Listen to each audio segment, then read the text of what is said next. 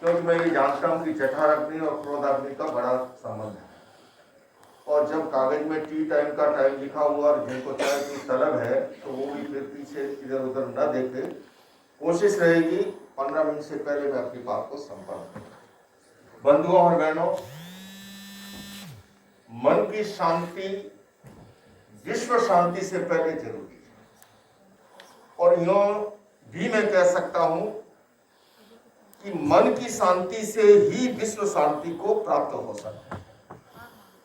और शांति का संबंध पदार्थ और परिस्थिति से नहीं, हमारी मनस्थिति से है। ये हमने पूर्व वक्ताओं से, हमारी सिस्टर पी के हुसैन जी से भी जाना और अभी हमारे विद्वान वक्ता से भगवत गीता के माध्यम से भी हमने जाना। और मैं भी इस बात में स्वर मिलाना चाहूंगा कि जो लोग मेडिसिन में, ट्रैंक्विलाइजर्स में, शामक औषधियों में, कंपोज में इनको खोजते हैं, वहां पर स्थायी समाधान है नहीं। मेडिसिन नहीं, मेडिटेशन स्थायी समाधान है। ये भारतीय मूल्य परंपरा हमें कहती है।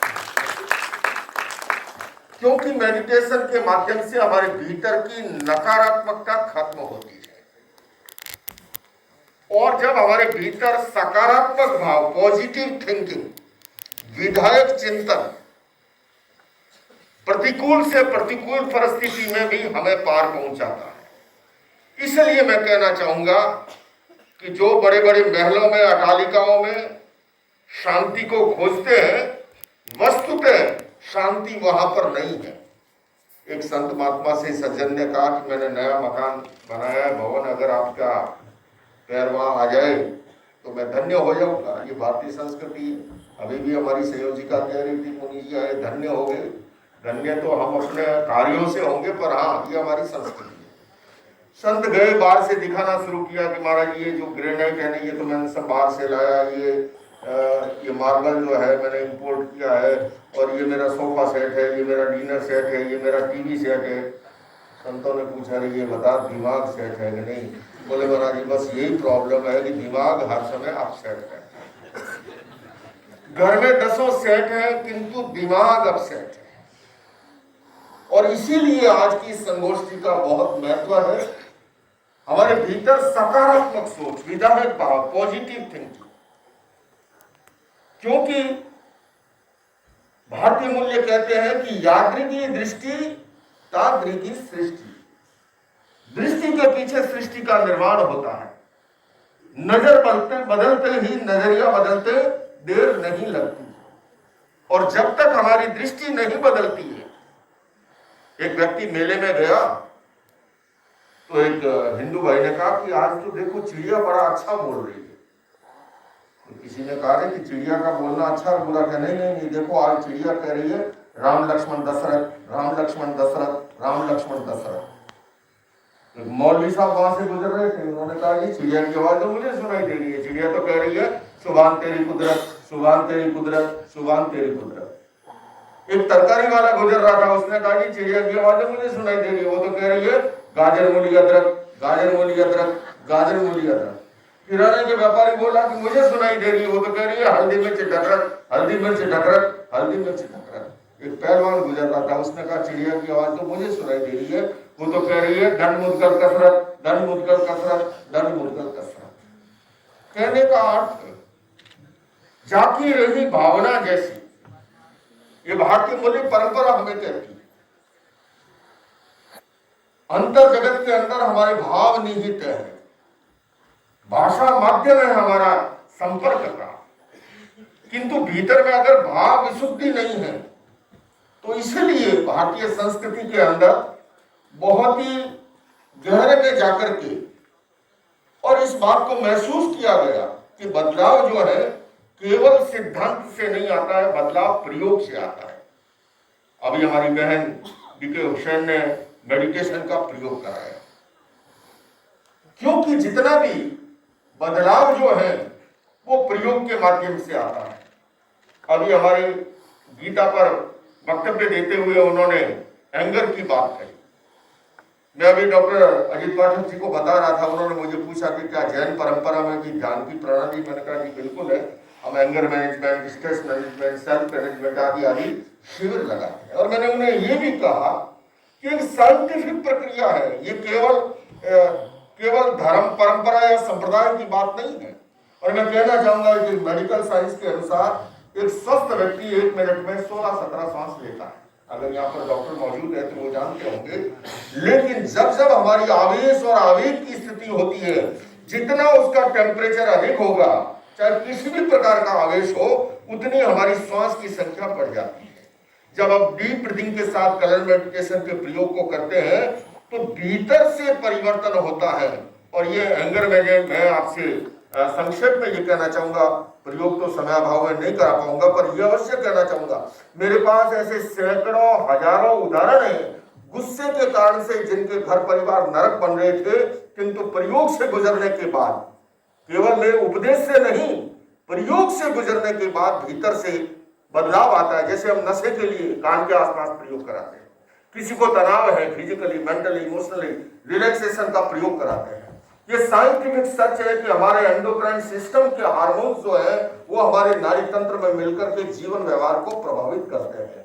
ये हमारी प्राचीन भारतीय मूल्य परंपरा के जो प्रयोग हैं वो उन रसायनों को बदलते हैं, और उसके बाद में उसके सामने आप नशीली वस्तु लेकर के भी जाएंगे, वो नशा नहीं कर पाएगा, क्योंकि भीतर से जो बदलाव होता है वो स्थायी बदलाव होता है। माइल का पत्थर हमें ये बता सकता है कि हमारी मंजिल कितनी दूर है, लेकिन वो पहुंचाता नहीं है। पहुंचाने के लिए हमें अपने चरण गतिमान करने होते हैं। और इसलिए मैं कहना चाहूंगा, वर्षों पूर्व अमेरिकी राष्ट्रपति बिल क्लिंटन से भेंट हुई। मैंने उनसे कहा, आप नॉन वायलेंस पे कॉन्फ्रेंस करते हैं, पीस पे करते हैं, मेरे भारत में तो एक एक सन्यासी लाखों की भीड़ जुटाता है। अगर केवल उपदेश से ही बदलाव आता तो दुनिया अब तक स्वर्ग बन गई होती। फिर से मैं इस बात पर जोर दूंगा कि बदलाव के लिए प्रयोग जरूरी है। और वर्तमान में हमारा जितना भी मॉडर्न एजुकेशन सिस्टम है, प्राचीन हमारी जो शिक्षा प्रणाली थी, गुरुकुल प्रणाली थी, उसमें थ्योरेटिकल के साथ साथ प्रैक्टिकल था। आपने और हमने बचपन में सभी ने पढ़ा होगा, युधिष्ठिर और द्रोणाचार्य जी की कथा, सत्यम वद क्रोधम माकुरु, है ना, सत्यम वद, ये कथा सबने पढ़ी। और छोटा सा पाठ था, सत्यम वद धर्मम च क्रोधम माकुरु। पाठ दिया, अगले दिन पूछा, विद्यार्थियों ने तपाक से सबने फटाफट बोल दिया। केवल एक युधिष्ठिर जी बोले, मुझे पाठ याद नहीं। द्रोणाचार्य जी ने कहा, इतना छोटा सा पाठ याद नहीं हुआ, कल याद करके आना। दूसरे दिन भी पूछा तो कहा याद नहीं हुआ, और तलखी के साथ कहा, तीसरे दिन का याद नहीं हुआ, तो एक चांटा जड़ दिया। जमाना अलग था और चांटा जड़ा। और इस बार युधिष्ठिर जी कहते हैं, मुझे पाठ गुरुदेव याद हो गया। बोले, ये क्या बदतमीजी। बोले, गुरुदेव आपने ही कहा था शिक्षा वो शिक्षा है जो जीवन में उतर जाए। मुझे अब तक गुस्सा आता था, आज चांटा जड़ा, जब गुस्सा नहीं आया, मैं कह सकता हूं मुझे पाठ याद हो गया। ये हमारी प्राचीन शिक्षा प्रणाली। मॉडर्न एजुकेशन सिस्टम जितना है वो हमारे लेफ्ट हेमिस्फीयर को जगाने का काम कर रहा है, जो कि बुद्धि के लिए, गणित के लिए, तर्क के लिए रिस्पॉन्सिबल है। किंतु हमारा राइट हेमिस्फीयर जो इंट्यूशन पावर के लिए, जो स्पिरिचुअल डेवलपमेंट के लिए रिस्पॉन्सिबल है, आज अपेक्षा है सर्वांगीण और संतुलित विकास की। और भारतीय संस्कृति में सदैव संतुलन की बात की गई। हमारे यहाँ पर धर्म का विकास से कोई विरोध नहीं है, डेवलपमेंट से विरोध नहीं है, किंतु धर्म ने यह मार्गदर्शन किया कि विकास जो है वो अध्यात्म की नींव आधारित होता है, तो जीवन में वरदान बनता है। इसलिए केंद्र में सदैव चेतना रही, पदार्थ परिधि में रहा। आप भले अभी आप भगवत गीता को सुन रहे, आप उपनिषद को पढ़ लीजिए। हमारे उपनिषद में पुरुषार्थ चतुष्टय की कल्पना की, अर्थ, काम, धर्म और मोक्ष, है ना। आज अशांति क्यों है? क्योंकि हम धर्म और मोक्ष को भुला करके केवल अर्थ और काम के पीछे जब अंधी दौड़ लगती है, तब समस्या उत्पन्न होती है। भगवत गीता जी का आखिरी श्लोक है, यत्र योगेश्वर कृष्ण यत्र पार्थ धनुर्धर तत्र श्री विजयो भूति दुर्वा नीति मतिर्मय। लोकमान्य तिलक जी ने टीका लिखते हुए लीक से हटके अर्थ किया। उन्होंने योगीराज कृष्ण को अध्यात्म का प्रतीक माना और अर्जुन को भौतिकता का प्रतीक मानते हुए कहा कि जहां अध्यात्म और भौतिकता के बीच में संतुलन है, वहीं पर विजय है, वहीं पर भूति है, वहीं पर श्री है और वहीं पर लक्ष्मी है।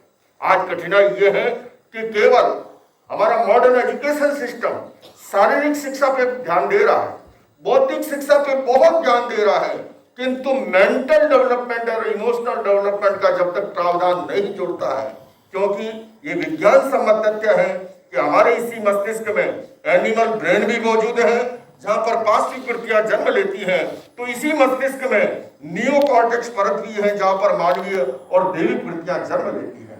पिछले वर्ष ही अमेरिकी राष्ट्रपति जो बाइडेन से चर्चा के दौरान वहां की आज बड़ी समस्या है गन वायलेंस की।